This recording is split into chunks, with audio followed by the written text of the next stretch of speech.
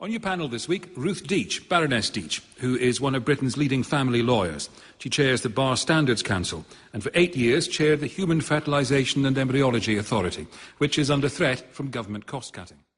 Alex von Tunzelmann is a historian and writer whose work you'll find in travel magazines and newspapers, as well as online at the Daily Beast. Her first book, Indian Summer, The Secret History of the End of an Empire, was described by The Observer as a history bursting at the seams with English eccentrics and Indian gentry. Maajid Nawaz is a man who would probably be described in a Hollywood film trailer as having been on a journey. He was a leading light in the global Islamist party Hizb ut-Tahrir. He was imprisoned in Egypt for 4 years and was adopted by Amnesty International as a prisoner of conscience. There, he changed his views, and when he was released 4 years ago, he joined mainstream Islam and helped set up the Quilliam Foundation to counter extremism. Douglas Murray is director at the Centre for Social Cohesion. He writes for The Spectator and the Daily Telegraph. He's been critical of the Quilliam Foundation and thinks the plan to build a mosque near Ground Zero in New York is stupid and offensive. Don't get him started on multiculturalism. It's a moral vacuum. And he's nominated the Labour leadership candidate Diane Abbott as possibly the stupidest woman in Britain. And that's our panel.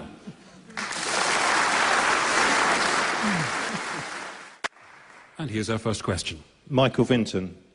Was it wise of Tony Blair to disclose that he will give £4.6 million profit from his memoirs to the Royal British Legion? Should he have kept it secret? Douglas Murray, was it wise of Tony Blair to disclose he'll give £4.6 million profit to the Legion? Should he have done it secretly? Well, the first thing is, I think, it's a very admirable thing to have done. And I've been troubled, I have to say, by the fact that, for him at any rate, I think this is a lose-lose situation. If he weren't to give the money, people would continue to criticise him. If he gives the money, people criticise him. I mean, when this was announced earlier this week, most of the newspapers said, blood money, or, is this a sign of a guilty conscience? And so on. In other words, he can do no right on this. I think that giving such a substantial amount of money to the British Legion is, of course, a terrific thing to do. I wish they got more money given to them. But yes, the question of, as it were, whether or not charity should be a private matter is of course, what you're asking. And this is a very difficult one. I mean, for public figures, if they keep such things to themselves, they, as I say, can be criticised with impunity. On the other hand, when they do it, they're accused of being cynical. I mean, I'm not quite sure what the solution is on this, other than that you should applaud anyone giving money to such good causes. And I wish that we could be slightly less cynical, actually, as a society, when people do things that will have such a good outcome.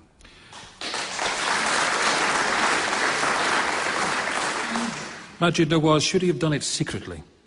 Well, I'm a believer in secret charity. I really detest people who feel they have the need to declare how much they've given. You detest them? Well, I detest the behaviour. I mean, it's a strong word. Why is it detestable? But I think that there's a certain element of, first of all, there's a peer pressure involved. If you're in a sort of a charity dinner and you're declaring how much you give, I think what should be more of interest to people is the proportion of your wealth, rather than someone who happens to have a lot of wealth giving a whole lot of money. It may not be necessarily proportionate to how much they earn. So that's the first point. But I think it would be, I've always been opposed to the invasion of Iraq, but I think Tony Blair has been one of the best politicians we've had in this country. But I think it would have been wiser for him, perhaps, to give that money to the Iraqi people to help them reconstruct the country that was so devastated by the war there.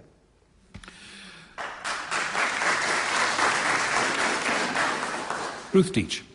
Well, the question is whether it should be secret or not, and he can't win, can he? Because if he'd kept it secret, people would say, what's he doing with this huge advance for his memoirs? So he's made it public, and I think he ought to set a good example. There are lots of others who've made money in some fashion or another out of the war. I hope that the contractors and the oil magnates will follow suit. But let's also be glad that it's not Gordon Brown's memoirs, because I'm not sure how very well they are going to sell. I think what's fascinating is that Tony Blair doesn't need $4 million. I think that's extremely interesting, and seeing where his money is coming from, even though we, the taxpayer, are still footing the bill for his security. But generally, I'm glad he's that well off. He could probably sort our deficits single-handedly. I'm getting a bit tired of memoirs. There are just too many of them, aren't there? We're going to be glutted soon with memoirs. If it's not Mandelson, then it's Campbell or it's Cherie Blair and so on. And there was a time 30 years ago when a politician's memoirs were almost forbidden and quite shocking. And now they become commonplace, and they may not sell as well as they should. But on balance, I'm glad he's disclosed it, and I'm glad he's doing it, because those who will get it, who will get the benefit, don't really care and shouldn't care where it comes from. I'm just so pleased that they're getting it. Alex, what do you think? Well, I would agree. I think the Royal British Legion is a really excellent cause. I'm very glad they're getting the money. I think it's an interesting question whether he should have done it anonymously. That's kind of the first thing that struck me about it, actually. I thought it was interesting that he chose to publicise it. And I think the bigger issue for a lot of people is that sorry seems to be the hardest word. If he's genuinely apologetic about what happened with Iraq, I think we'd rather hear that, perhaps than have this gesture with no real explanation. Why do you think the timing was interesting? The timing, well, I mean, I'm not sure exactly why the timing would be now. I mean, I don't know when the memoirs are coming out. I mean, do you think he made the announcement? Some people have suggested that he did this in order to sell the book. Yes, possibly. Well, I mean, actually, that's another good point. I mean, 4.6 million advance, you'd need to sell, as a writer, I'm afraid I sort of slightly know this, you need to sell at least 1 million copies. Now, that's an awful lot. I mean, that's the sort of Harry Potter level, and I'm not really sure it would have sold that many. It might well sell a lot more now. I mean, Obama, just to give you a comparison, Barack Obama sold 700,000 of Dreams from My Father in the UK, and that's, I think, the biggest selling political memoir here. But if Ruth's right, he doesn't have to worry about the money. Don't worry for him. No, I won't lose any sleep. I think the thing is, actually, the question of timing is an important one, because there is an appropriate level of concern, I think, in the country. It has been building for a while, at seeing a former Prime Minister travelling around the world making huge sums of money, quite fantastical sums of money, for really doing very little, and sometimes in quite grotesque circumstances. I mean, really hawking himself around to make cash. I personally find it a very demeaning thing to watch, just as a British person, seeing a former Premier behaving in this way. I'd rather that he didn't do that.